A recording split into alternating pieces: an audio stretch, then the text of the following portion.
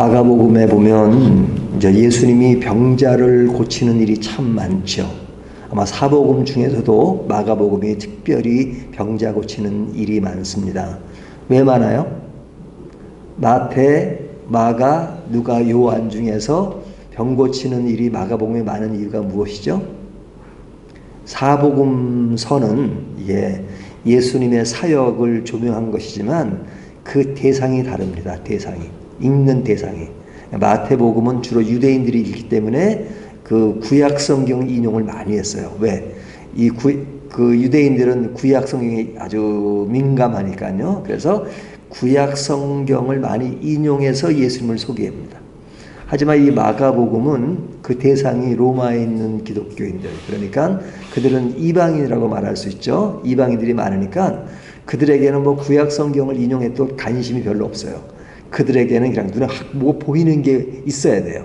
그래야 예수님의 능력이 더 인식되거든요. 그러니까 마가복음에는 그런 병 고치는 일들이 참 많이 등장합니다. 근데 병 고치는 일들이 많이 등장한다고 해서 그 병 고치는 일만 예수님이 하시는가 이렇게 생각할 수 있잖아요. 병 고치는 일이 나올 때 예수님은 병을 고치고 능력을 행하시는 주님이시다 라고 이야기한다면 마가복음이 계속해서 병 고치는 일, 예수님은 병 고치는 일, 반복 또 반복 이렇게만 인식할 거 아닙니까? 하지만 병 고치는 일이 반복된다 할지라도 그 병 고친다는 그 메시지만 있는 것이 아니고 병 고치는 일은 반복되지만 그런 일들이 반복될 때마다 그것 안에 결여된 이렇게 속한 새로운 메시지가 있다는 거죠. 그러니까 병 고친다로 끝나는 것이 아니라 병 고치는 일은 같은 것 같지만 그 병 고치는 그 내용 속에는 다른 메시지들이 있단 말이죠. 그러니까 같으면서도 다른 모습이 있단 말이죠. 병 고치는 것은 같지만 그 안에는 다른 메시지가 있습니다. 오늘 본문도 7장 24절 30절까지를 보면 더러운 귀신 들린 어린 딸을 고치는 내용이죠. 25절 보면 이에 더러운 귀신 들린 어린 딸을 둔 한 여자가 예수의 소문을 듣고 곧 와서 그 발 아래 엎드리니, 여기 어떤 사람이 등장하여 귀신 들린 어린 딸, 그러니까 귀신 들린 어린 딸을 지금 다루고 있는 거죠. 그리고 뒤에 이제 31절부터 37절까지 보면 그 중에서 32절을 보면 사람들이 기먹고 말 더듬는 자를 데리고 그러죠. 자, 두 번째는 뭘 고쳐요? 기먹고 말 더듬는 자를 고치는 거죠. 그럼 이 결과가 어떠냐? 첫 번째 결과는 뭐냐? 30절을 보면요. 30절 여자가 대답하여 이르되 주여 올수다 마나, 뒤에 보면 29절이 30절 여자가 집에 돌아가 본즉 아이가 침상에 누웠고 귀신이 나갔더라. 첫 번째 결과는 어떻게 됐어요? 귀신이 나갔더라. 고쳐진 거죠. 또 두 번째도 말 더듬고 기먹은 자가 어떻게 됐느냐? 37절을 보면 사람들이 심히 놀라 이르되 그가 모든 것을 잘하는도다. 못 듣는 사람도 듣게 하고 말 못하는 사람도 말하게 한다 하느니라. 그러니까 뒤에 사건도 이제 병을 고친 것이죠. 그러니까 예수님이 어떻게 병을 고칠 수 있느냐? 너무 당연하죠. 하나님의 아들이시고 그리고 메시아시며 모든 능력을 갖추신 분이니까 병자만을 고치겠어요. 죽은 사람도 살리고. 그런 분이 바로 예수님이시란 말이죠. 그러면 첫 번째 이야기한 것처럼 예수님은 병자를 고치는 일로만 그 메시지가 들어있느냐? 아니죠. 병자를 고치지만 오늘 메시지에는 그 병자 고치는 내용 속에 다른 메시지가 있단 말이죠. 그 특징을 이렇게 우리가 발견해낼 수 있는 것이 성경을 제대로 보는 겁니다. 그것이 뭐냐? 24절을 보면 24절을 볼까요? 예수께서 일어나서 거기를 떠나 두로 지방으로 가서, 그렇죠? 자, 두로 지방, 이스라엘 지도를 보면 제일 우쪽에 보면 두로 지역이 있어요. 거기는 이방 지역입니다. 이방 지역. 그러니까 두로 지역이 나오죠. 또 두 번째 패러그래프에 보면 31절 예수께서 다시 두로 지방에서 나와 그냥 앞에 두로 지방에서 나온 거죠. 시돈을 지나고 데가볼리 지방을 통과하여 그러죠. 자, 두 번째는 어디예요? 데가볼리. 네? 여기 시돈을 지나고 데가볼리 지방을 통과하여 시돈과 데가볼리죠. 그러니까 이것이 특징이 뭐예요? 앞에 나오는 두로와 데가볼리 특징은 이방 지역이었다. 이방 지역. 그러니까 오늘 본문은 병 고치는 일이지만 다른 점이 있다면 그 이방 지역에 가서 예수님이 고치는 그 사건을 지금 다루고 있는 거죠. 이방 지역을 다루고 있단 말이죠. 근데 이제 그 이방 지역을 다루니까 이제 유대인들과 이방인들 간의 관계는 어떻습니까? 유대인들은 아주 선민의식에 강해가지고 이방인들을 개로 취급했단 말이죠. 이방인은 사람으로 취급하지도 않았어요. 하지만 오늘 본문에는 뭐가 강조된 거예요? 예수님은 유대인들이 개로 취급하는 이방 지역에 가셨고 이방 사람들을 고치셨다는 겁니다. 이것이 오늘 본문의 특징이에요. 그러니까 이방인들에게 관심을 가지시고 차별 없는 사랑을 나눠주시는 그 예수님의 모습을 오늘 본문에서 특별히 강조되고 있단 말이죠. 그러니까 하나님의 나라와 복음은 유대인이든 이방이든 누구에게든지 가능하다는 것을 보여주는 겁니다. 그러니까 성경을 읽을 때 이런 특징을 이렇게 캐치해내야 돼요. 예?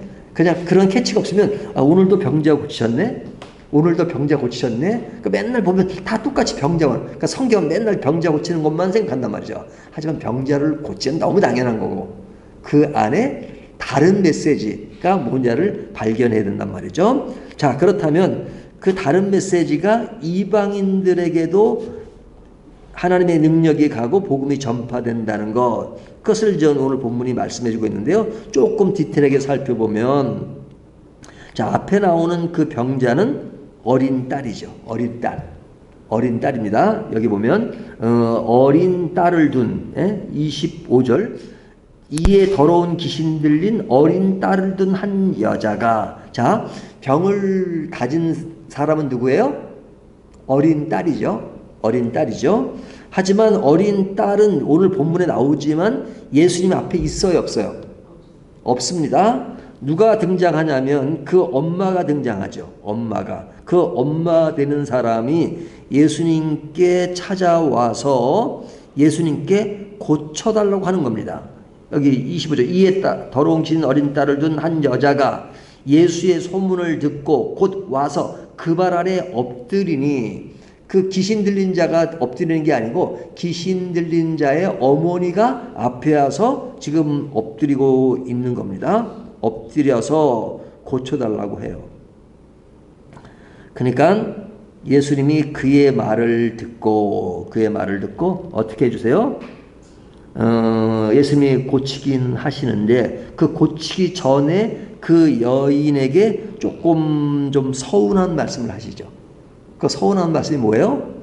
나는 그 이방인보다 유대인들이 더 우선이다 라는 그런 뉘앙스의 말을 하신단 말이죠. 예? 그러면서 그런 좀 약간 어찌 보면 좀 모욕적인 말씀을 하세요. 모욕적인 말씀을. 예? 모욕적인 말씀이 27절 예수께서 이르시되 자녀로 먼저 배부리 먹게 할지니 자녀의 떡을 차여 개들에게 던짐이 마땅치 아니하니라 이러죠. 그러니까 이방인들을 약간 무시하는 그런 말씀을 의도적으로 하세요. 그러니까 그 말을 들은 여자가 몇 절이죠? 여기 보면 28절 예, 여자가 대답하여 이르되 주여 올소이다마는 상 아래 개들도 아이들이 먹던 부스러기를 먹나이다. 그러니까 개로 취급받은 것에 대해서 뭐 좋습니다. 개입니다. 하지만 개도 밥상에 떨어진 부스러기를 먹습니다. 라고 이야기하죠. 그러니까 예수님이 바로 예수께서 이르시되 이 말을 하였으니 돌아가라. 귀신이 내 딸에서 나갔느니라 하시매 하면서 30절에 귀신이 나간 이야기를 하고 있죠. 그러니까 예수님이 그 딸을 그 어머니의 믿음을 보고 고치셨다라고 강조합니다. 그러면 아유 뭐 장본인은 뭐 어떻게 해도 관계없고 장본인이 아니더라도 누구든지 기도만 하면 되느냐, 그러니까 기도하는 그 자체가 중요하다, 뭐 그렇게 얘기할 수도 있죠. 하지만 실제로는 신앙에 있어서는 본인과 하나님과의 관계가 제일 중요합니다. 저는 어떤 사람들은 조금 얄미울 때가 있어요. 어떤 사람이 얄미우냐, 본인은 전혀 신경도 안 쓰고 기도도 안 해요. 그건 남한테만 꼭 기도해달라고 부탁하는 사람도 있어요. 네? 본인도 기도를 하면서 남들한테 기도 부탁을 해야지 본인은 기도도 안 나고, 네? 그리고 본인은 교회도 안 나가면서 늘 하나님을 잘 믿게 해달라고 그리고 천국 가게 해달라고 하면 그게 뭐예요? 네? 그게 뭐 자기를 대신해서 누가 해줄 수 있는 게 아니란 말이죠. 근데 여기 보면 그 어머니의 그 믿음이 강조되고 있어요. 어머니의 믿음이 딸에게 은혜가 되었다. 뭐 이런 것인데, 이 글을 쓸 때는요, 마가가 이게 그냥 쓰고 싶은 대로 쓰는 게 아니에요. 그 어떤 글의 어떤 맥락이 있고 그 의미 부여가 서로가 연결돼서 조화를 이뤄요. 그러니까 자, 처음에 전제가 뭐냐면 예수님이 병 고치는데 어떤 특징이 있느냐, 이방인들에게 갔다는 거죠. 이방인, 그러니까 유대인들이 가지고 있는 선입감을 완전히 깨버린 겁니다. 예수님은 이방인도 관심이 있다. 그런데 병자를 직접 고치시는 주님이시지만 어머니의 간구를 듣고 예수님이 고치셨다. 그러니까 그 딸에 대한 관심을 누가 가진 거예요? 그 어머니가 가진 거죠. 엄마가 가진 거죠. 그러니까 엄마의 관심, 딸에 대한 관심. 자기는 병자가 아니에요. 엄마는 병자가 아니에요. 정상적인 사람이에요. 정상적인 사람이지만 정상적이지 아니하는 딸을 위해서 간구했을 때 예수님이 들어주셨다라는 말은 앞에 이방인과 유대인의 관계를 비교하죠. 유대인들은 자기들의 교만에 빠질 게 아니고 그들도 이방인을 위해서 간구하고 그들이 예수를 믿도록 해야 되는데 그러지 않고 개로 취급하는 그런 모습에 대해서 예수님도 똑같이 너희가 개 아니냐라고 한번 시험을 하신단 말이죠. 하지만 개도 부스러기를 먹습니다 하면서 그 딸에 대한 사랑, 그것을 보여주는 것, 그것이 유대인들이 이방인들을 그렇게 해야 되는데 그렇지 않는 것을 질책하는 그런 내용도 들어있으면서 그들이 가지고 있던 그런 선입감, 이것을 완전히 깨버리는 예수님의 말씀이 등장하고 있는 것이죠. 이것이 오늘 본문의 특징이에요. 두 번째 얘기도 뭐냐? 두 번째 얘기도 보면 여기 그 두 번째 사람 뭐예요? 기 먹고 말 더듬는 자. 이 사람이 직접 왔나요? 직접 오긴 했죠. 하지만 사람들이 기 먹고 말 더듬는 자를 데리고 예수께 나와 안수하여 주시기를 간구하거늘. 지금 이 사람은 왔지만 사람들이 데려온 거죠. 그러니까 데려온 주체가 있단 말이죠. 그리고 그들이 간구하는 겁니다. 예수께서 그 사람을 따로 데리고 무리를 떠나서 손가락을 양기에 놓고 침을 뱉어 그의 혀에 손을 대시며 그러죠. 자, 여기 본문에도 지금 다른 사람이 이 사람을 데려왔고 그 다음에 예수님이 그 병을 고칠 때는 따를 때와 다르게 고치시죠. 다르게.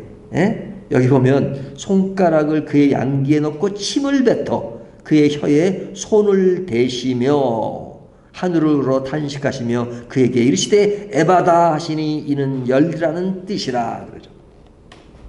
그러니까 예수님이 하시는 방법은 늘 똑같은 방법이 아닐 수 있죠. 그렇죠? 똑같은 방법이 아니에요. 예수님이 늘 유대인들에게만 가시는 게 아니에요. 이방인들에게 가시듯이 변화를 주시듯이 병을 고치는 방법에 있어서도 또 다른 방법으로 고치죠. 그리고 장본인이 아니지만 데려온 사람들이지만 그들을 고치는 것, 이런 것을 통해서 유대인들이 가져야 될 이방인의 관심, 그것을 그들이 그러지 못한 것을 질책하면서 하나님의 사랑은 차별 없는 사랑이다. 너희는 차별을 가지고 있지. 그러니까 차별이 없는 것을 여러 가지 모양으로 지금 예수님이 보여주시는 겁니다. 병 고치는 방법도 좀 다른 모습으로 이방 지역에 가서, 그리고 장본인들이 아니지만 대신 온 사람들의 간구를 들어주시는 그런 것을 통해서 주님은 한 가지 패턴만 있는 것이 아니라 다양하게, 그래서 유대인들에게 너희가 전부라고? No! 그 아니라 이거죠. 하나님은 차별이 없으시고 그리고 여러 가지 방법으로 역사하십니다. 그러니까 우리 개인들도 조심해야 될 것이 뭐냐면, 내가 가지고 있는 신앙이 전부가 아니에요. 내가 가지고 있는 신앙의 형태 전부가 아니에요. 사람마다 다를 수 있어요. 그런데 참 사람이 교만할 때가 언제예요? 내가 가지는 신앙의 형태를 다른 사람도 똑같이 가지라고 얘기해. 왜 나와 같지 않냐고. 그렇죠? 권사님 그러지 않아요? 내가 찬송을 좋아할 수도 있지만 다른 사람은 복음성가 좋아할 수도 있잖아요. 근데 왜 복음성가를 그렇게 하느냐라고 말하면 교만하다 이거죠. 그러니까 늘 어떤 그런 여러 가지 다양한 형태를 늘 주님이 하신다는 걸 보고, 내가 받은 은혜는 너무 감사하지만 나와 똑같으라고 말하면 안 된단 말이죠. 그렇죠?